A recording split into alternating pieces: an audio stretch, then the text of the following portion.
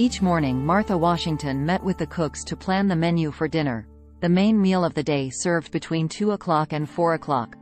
Mount Vernon dinners required 2 cooks aided by several assistants who performed tedious tasks like peeling vegetables and plucking turkeys. Martha Washington briefly hired German cooks, but most of Mount Vernon's cooks were slaves.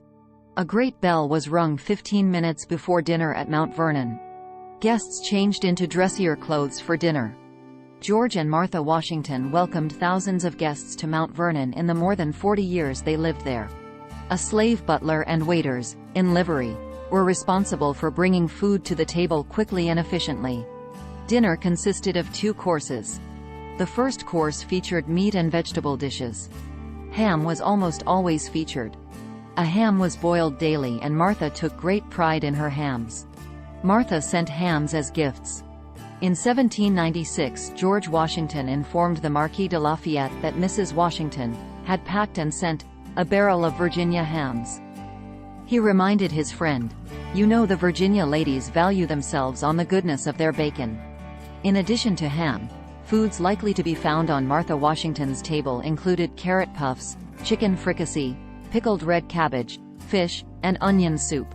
Even though these foods appear familiar, the seasonings were very different from those used in modern cooking. Colonial cooks liked nutmeg and especially enjoyed a sweet taste. Salt and pepper were not heavily used.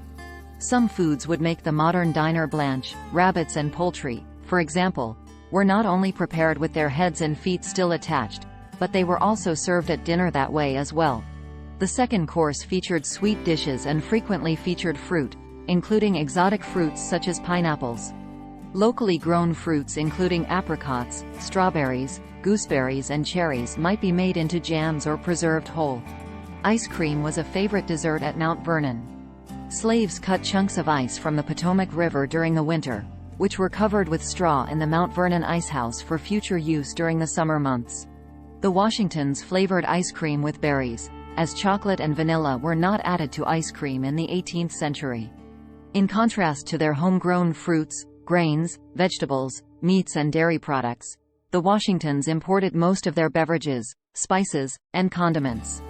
In a typical year, Martha Washington ordered 126 gallons of wine, 25 pounds of tea and 50 pounds of almonds.